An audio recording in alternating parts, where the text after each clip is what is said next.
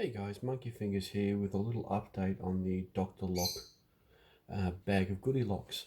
I've spent the last day and a half playing with all the cylinders, the rims, the full mortise cylinders, and yeah, Dr. Lock said in his video it's very different picking a old lock that's been in the real world for a while compared to a brand new lock, and boy was he right.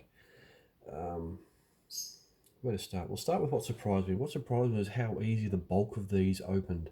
I mean, that was someone's front door, and most of them opened within 2 minutes, and raking almost instantly, with the exception of this little Yale.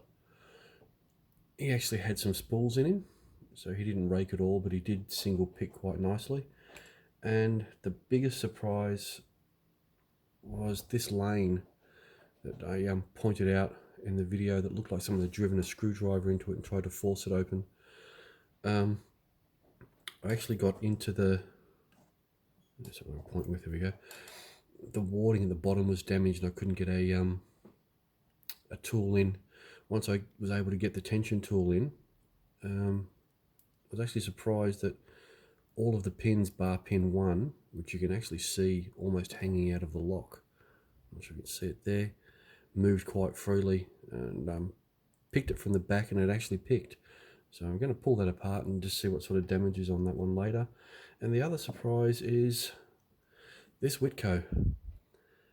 I spent, I don't know how many hours on this yesterday. All the pins move freely. There is some movement in the core, but despite my every effort, I'll show that there is some movement in the core, so it hasn't seized up. All the pins are free, everything moves. For the life of me, I cannot pick this. It's just going to go on the rack for a little while, and when I get a bit more skill, I'll have another hit at it. And the other one was, I started gutting this Lockwood,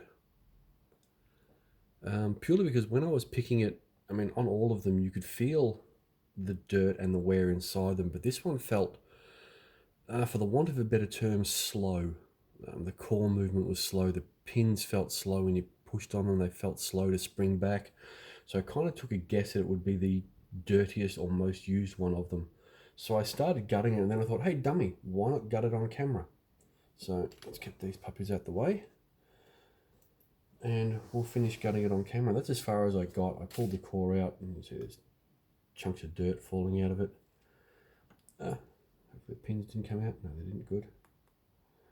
And you can just see all the dirt all over that lock. It was just gumming it up and making it turn slowly.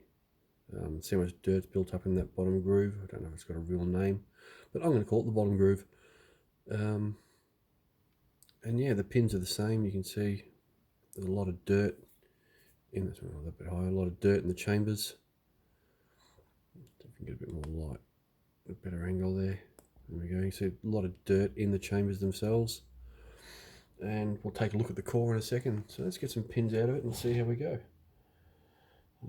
I've seen people do this and they make it look really easy. Look at that, they're actually stuck. I might have to do is get a pick and see if we can't push it out from the back. There we go. Pin 1.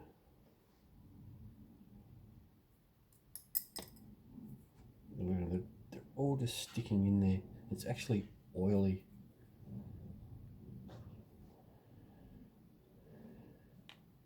There we go, one that actually wanted to come out.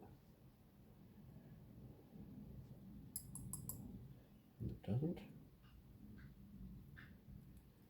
There we go.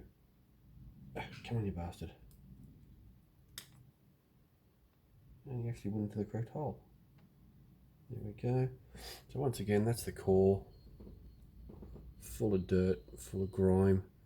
You can see the only clean spaces are where the driver pins have slid on the core.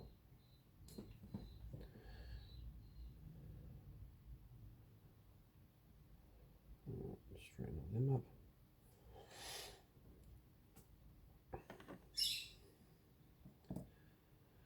Alright, let's see how much of a mess I can make of this. That way, nice and slow. I'll try and do it up here in the light. So that's the first pin starting to come up.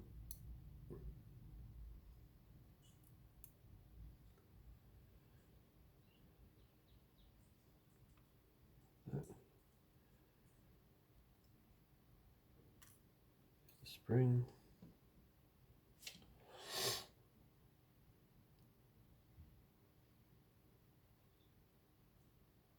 The springs feel good. There's a lot of push on the pins on the tweezers, so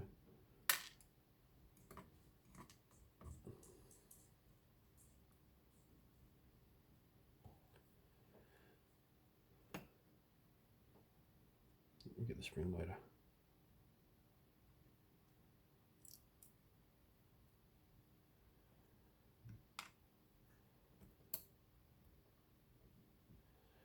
Three. Yeah,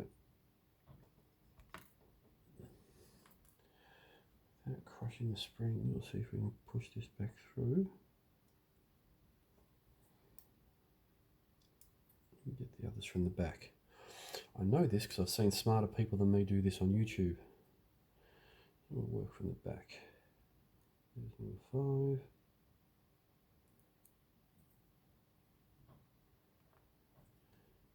Oh, last one.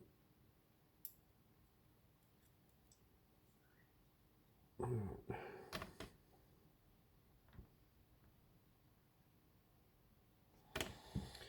Get the springs out of it.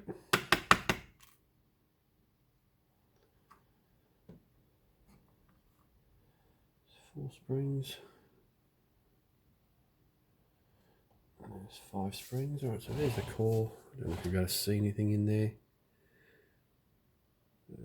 Just a lot of dirt. Yeah, that way.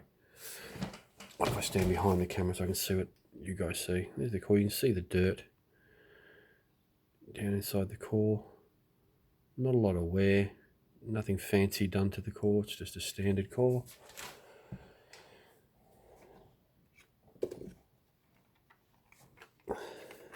And there's the pins. Once again, just standard Lockwood tapered pins. But all the dirt made it really interesting to pick. So I'm not going to clean this up. I am going to do my best to put it back together as is and try and keep the challenge of picking it dirty, for want of better terms. So that's it, guys. That's all the rim and the rim cylinders and the mortar cylinders that came in the Dr. Lock bag of goodies, and the Lockwood that came from Pocket Woman's bag of goodies the other day. All pretty much the same, other than this Whitco that refuses to pick, which I now guess I have to find myself a naughty bucket. Put you in the corner, you can sit by yourself for a little while and think about what you've done to me. So that's them. They'll go to our side, and once I've got some of these, or some more of these ovals picked, I might do a little package out. I've spoken to a few people online that are really interested in some of these Australian locks, so I figure I might as well share the love and send some of them out. But that'll be a few weeks off yet. So that's the update on the Dr. Lock Bag O' Locks. Thanks guys, have a good one.